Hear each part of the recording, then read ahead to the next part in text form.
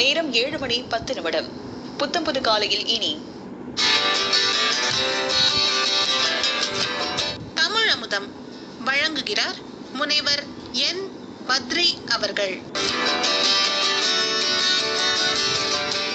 உலகில் இனத்தாலும் மொழியாலும் தனித்தன்மை உடையவர்கள் தமிழர்கள். அவர்களின் பல்வேறு இல்லற விழுமியங்களை சங்க நூல்கள் சிறப்பாக எடுத்துரைக்கின்றன.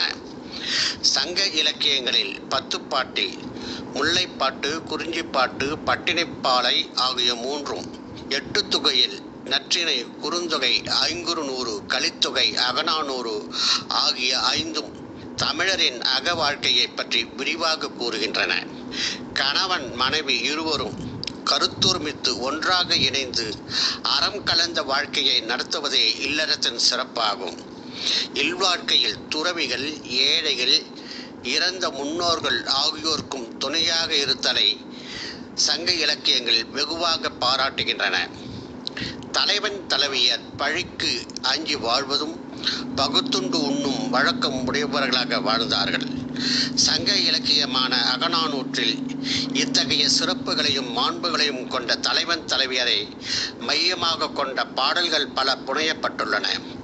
இவை கூறும் இல்லற விழுமியங்கள் காலத்தால் என்றும் அழியாதவையாக உள்ளன.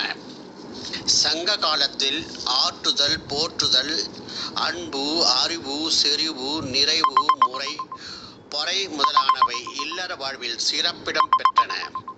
பொதுவாக இன்னுரை பேசுதலும் இன்னாதன செய்யாதிருத்தலும் சிறந்த இல்லற அறங்களாக கருதப்பட்டன. இல்லறக்கடன் ஆற்றுதல் வேண்டி தலைவன் பொருள் தேடி வெளியூர் செல்கிறான். அவன் வீடு திரும்பும் வரை இல்லறக்கடன் ஆற்றும் தலைவியை அகநானூறு பாராட்டி பாடுகிறது. வாழ்க்கையில் அறம் பல புரிவதற்கும் பிறர் கடைவாயில் சென்று நிற்காத நிலைமைக்கும் பொருள் இன்றியமையாதது என்பதனை, அரண் கடைப்படா வாழ்க்கையும் என்றும் பிறன்கடை செலா செல்வமும் இரண்டும் பொருளின் ஆகும் என்ற அகநானூறு பாடல் விளக்குகிறது. இல்வாழ்வார்க்கு உரிய அறச்செயலினின்றும் பிறழாமல் நடத்தலும், நெருங்கிய சுற்றத்தார்களின் துன்பங்கள் பலவற்றையும் நீக்கி அவர்களும் நல்வாழ்க்கை வாழச் செய்தலும் வேண்டும்.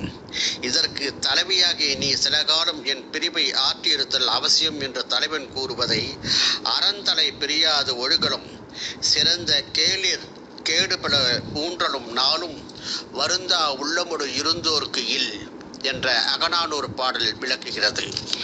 இல்லறத்தில் விருந்தோம்பலை தலைமக்களுக்குரிய சிறந்த கடமைகளில் ஒன்றாக தொல்காப்பியர் கூறுகிறார்.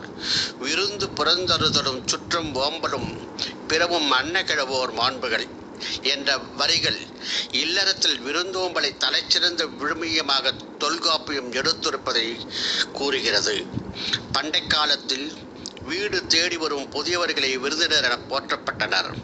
அவர்களை அகமும் முகமும் மலர இனிதே வரவேற்று விருந்தளித்தனர் என்பதை வருங்கை வம்பலர் தாங்கும் பண்பேர் செறிஞ்ச சேரியை செம்மன் மூதூர் என்னும் அகநானூறு வரிகள் விளக்குகின்றன.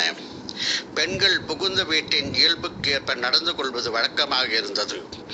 ஆனால் அவர்கள் பிறந்த வீட்டை மறந்தவர்கள் இல்லை. பிறந்த வீட்டின் உதவியை எதிர்பார்க்க மாட்டார்கள். அவர்களிடமிருந்து உதவி கிடைத்தாலும் ஏற்றுக்கொள்ளாது வாழும் தன்மை கொண்டிருந்தனர். அவர்களின் வாழ்வில் அன்பும் ஆரமும் அறிவும் கலந்திருந்தன.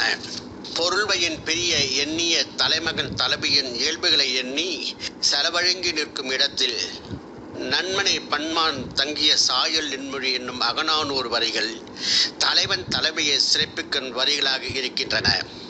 நாள்தோறும் விருந்தோம்பல் முதலான நல்ல அறங்கள் நிகழ்வதற்கு இடமான நமது இல்லத்திற்கு உரியவளாகிய கற்பனை மகளிருக்கு இன்றியமையாத பல்வேறு மாண்புகளும் பொருந்திய தலைவி நீ என்று தலைவியின் சிறப்புகளை தலைவன் வெளிப்படுத்துகிறான்.